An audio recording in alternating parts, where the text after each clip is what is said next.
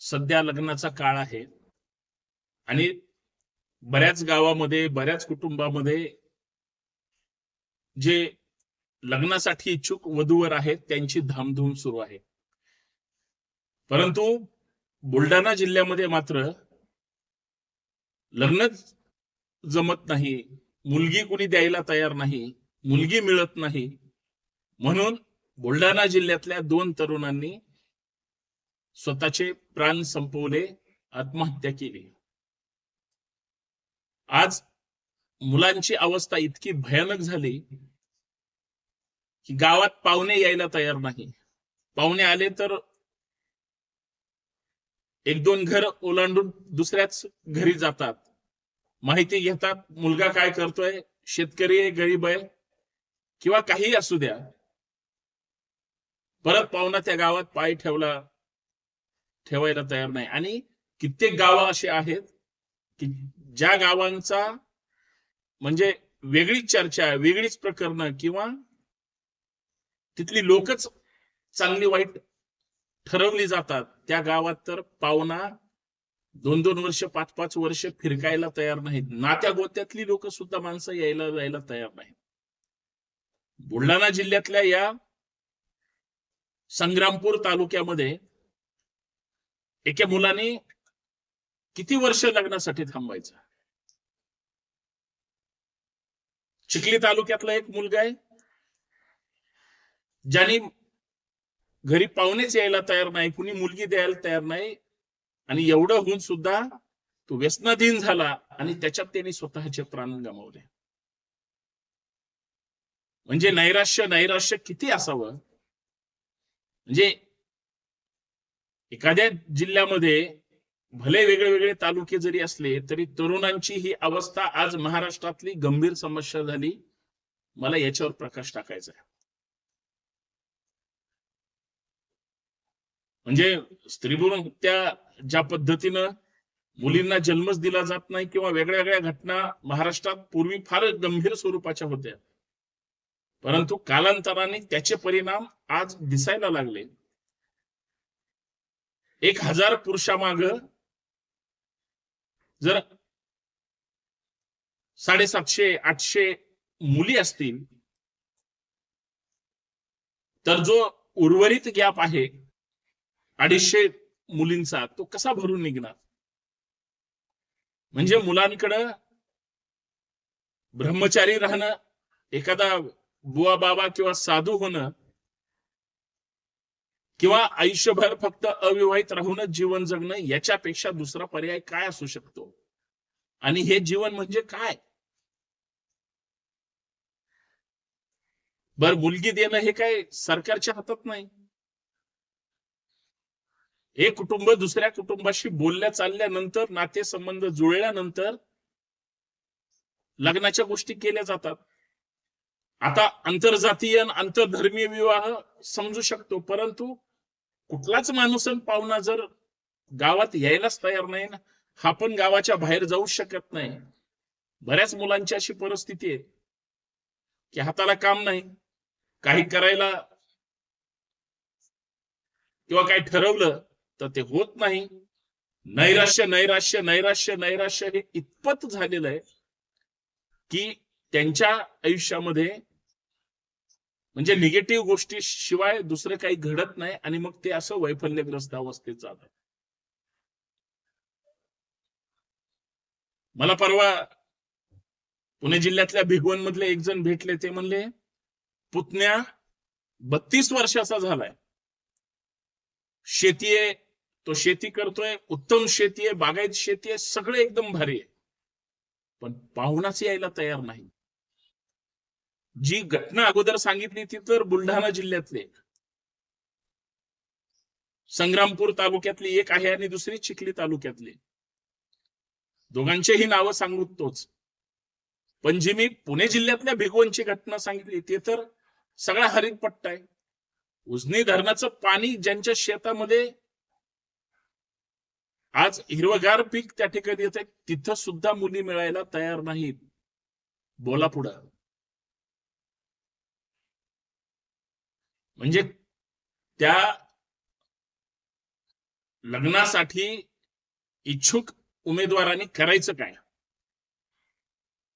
बरीच अशी शहरातली मंडळी आहे. ही ग्रामीणची परिस्थिती मी सांगतोय त्याच्यापेक्षा शहरातली अत्यंत वेगळी आहे, भयानक आहे.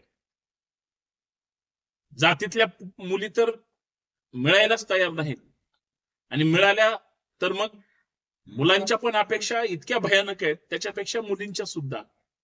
कुणाला शेतकरी नवरा नकोय.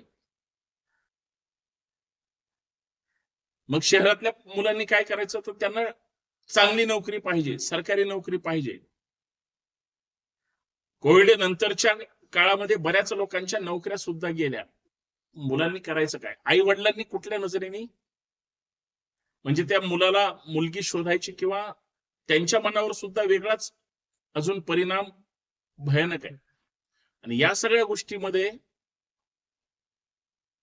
म्हणजे चुकून कुठं लग्न जुळलं तर लगेच चौकशी होते, कुठं जुळलं, काय जुळलं, चांगलं वाईट सांगितलं जातं, आणि शहरांमध्ये काड्या करून ते मोडलं जाईल, किंवा गपचूप लग्न करण्याचा प्रयत्न झाला तरच काहीतरी, नाहीतर असंख्य भयानक आहे.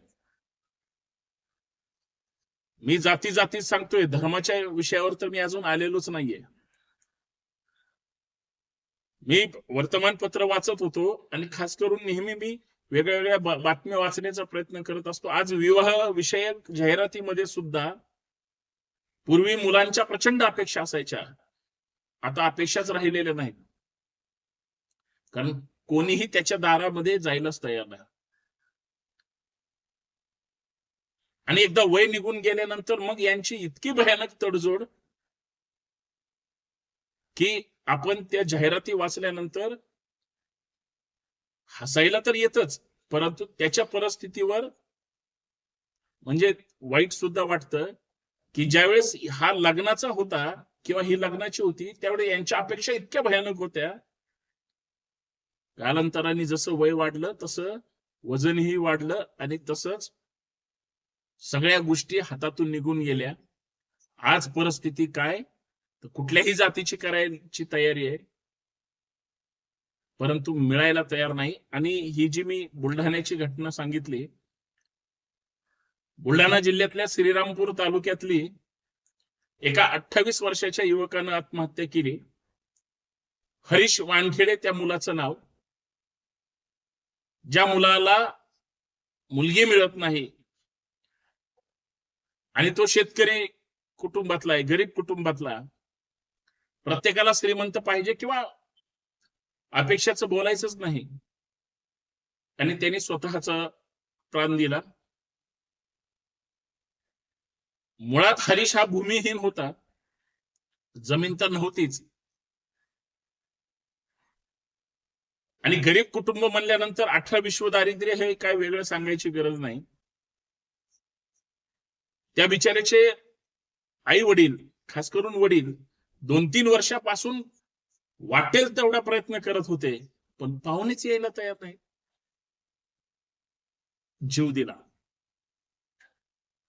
ही फक्त संग्रामपूरची किंवा बुलढाणा जिल्ह्यातलीच घटना नाही, तर महाराष्ट्रातली बहुतांश ग्रामीण भागातली किंवा तालुक्यातली, जिल्ह्यातली सगळीकडची ही परिस्थिती आहे. दुसरी घटना चिखलीची आहे. चिखली तालुक्यातल्या मंगरुळ गावातली सत्यपाल भिसे नावाच्या 25 वर्षाच्या मुलाने, त्याचं तर 28 होतं, याचं 25 आहे, लग्नच होईना. सगळ्या मित्रांची लग्न झाली. शेवटी हा व्यसन दिन झाला. डोक्यावर लग्नाचं ओझं म्हणा किंवा होतच नाही, तर तो करणार काय, आणि प्राण दिले, आत्महत्या केली, गळफास घेतला. धड नोकरीही मिळाना आणि छोकरी पण मिळाना. ही ज्या तरुणांची अवस्था आहे ती भिसेची झाली. मला एवढंच म्हणायचं आहे, ज्या गोष्टी वेळेत अपेक्षित असतात, वेळेत शिक्षण, शिक्षणाकडून नोकरी, आणि नोकरीकडून बाकी विवाह आणि इतर गोष्टी, याचा जर थोडं जरी जजमेंट आणलं आणि जर परिस्थिती आज गरिबाच्याच घरातल्या मुलींचे लग्न मुलांचे होत नाही असं नाही, बहुतांश होतातच, पण ते वेळेत हालचाली केल्या तर. नाही हालचाली केल्या आणि हा नुसता उन्हाळी करायला लागला, ही परिस्थिती होऊ शकते. आणि ही जर महाराष्ट्राची अवस्था असेल तर हे अत्यंत विदारक चित्र आहे.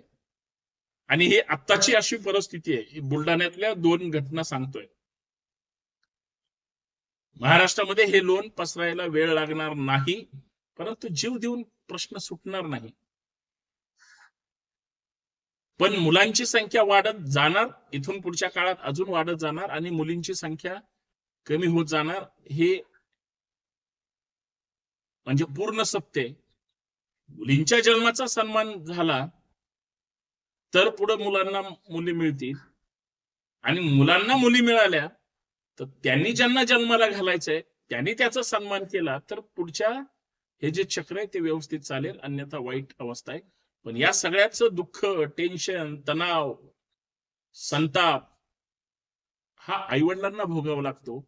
आज दोन्हीही मुलांनी 25 किंवा 28व्या वर्षी जर प्राण दिले असतील तर त्यांच्या थकलेल्या आईवडिलांनी किंवा त्यांच्यासाठी जन्म दिलेल्या त्या आईने किंवा बापाने आता कसं जगायचं हा किती मोठा प्रश्न आहे. आणि ही विदारक अवस्था राज्याची किंवा वेगळ्या वेगळ्या भागातली, तुमच्या आमच्या शहरातली झाली, हे वेगळं सांगायची गरज नाही.